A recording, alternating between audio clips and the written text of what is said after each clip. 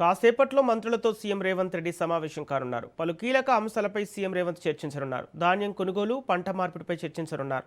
రైతు భరోసా నిధుల విడుదలపై నిర్ణయం తీసుకోనున్నారు. Metro rail phase 2కు సంబంధించిన అంశంపై చర్చించనున్నారు. పాలమూరు రంగారెడ్డి ఎత్తిపోతల పథకం భూసేకరణపై సమావేశంలో చర్చ జరగనుంది.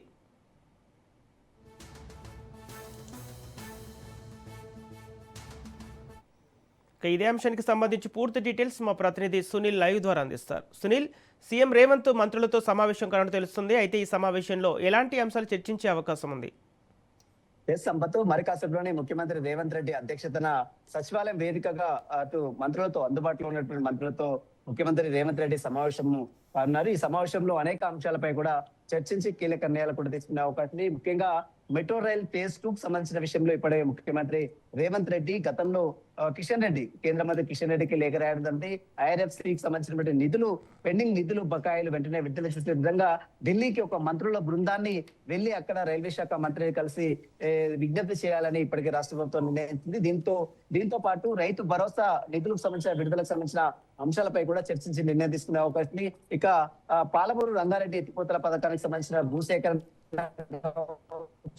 తుమ్మడి ప్రాజెక్ట్ కావచ్చు, కాళేశ్వరం ప్రాజెక్ట్ సంబంధించిన పెండింగ్ పనులు కావచ్చు, వీటన్నిటికి సంబంధించిన అంశాలపై కూడా ఈ రోజు చర్చించి కీలక నిర్ణయాలు కూడా తీసుకునే అవకాశం ఉంది. ప్రధానంగా ధాన్యం కొనుగోలు సంబంధించిన అంశాలతో పాటు ఇప్పటికే రాష్ట్ర ప్రభుత్వం 75 లక్షల మెట్రిక్ టన్నులని ధాన్యాన్ని కొనుగోలు చేసింది.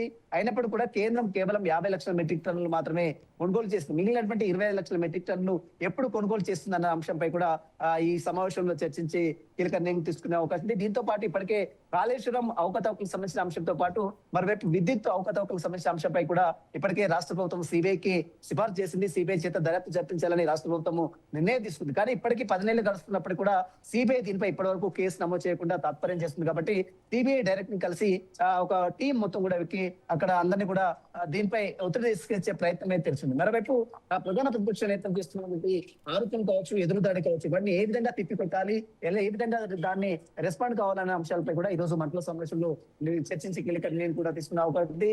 ఎస్ఐఆర్ సంబంధించినటువంటి ఇప్పటికే రాష్ట్ర వ్యాప్తంగా ఈ నెల 25 నుంచి ఎస్ఐఆర్ నమోదు ప్రక్రియ ఉంది. కాబట్టి వాటికి సంబంధించినటువంటి ఆయా నియోజకవర్గాలకు సంబంధించిన అంశాల్లో ఏ విధంగా ముందుకు వెళ్లాలన్న అంశంపై కూడా మంత్రులకు దిశానిర్దేశం చేసే అవకాశం. ఎందుకంటే ఎస్ఐఆర్ వల్ల చాలా ఓట్లు తొలగించారని పశ్చిమ బెంగాల్ లాంటి రాష్ట్రాల్లో ఓట్లు తొలగించారంటూ కూడా పెద్ద ఎత్తున ఆరోపణలు రావడంతో వీటికి సంబంధించిన విషయంలో అందరూ కూడా జాగ్రత్తలు వహించాలి, ఎక్కడ కూడా ఓట్ల తొలగింపు సంబంధించిన విషయంలో ఎలాంటి ఇబ్బందులు కలగకుండా చూడాలంటూ కూడా మంత్రులకు సీఎం దిశానిర్దేశం చేసే అవకాశం ఉంది.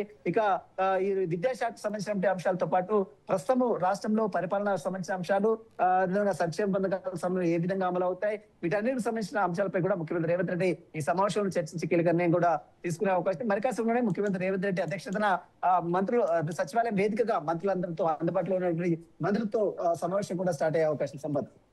Okay, thank you Sunil.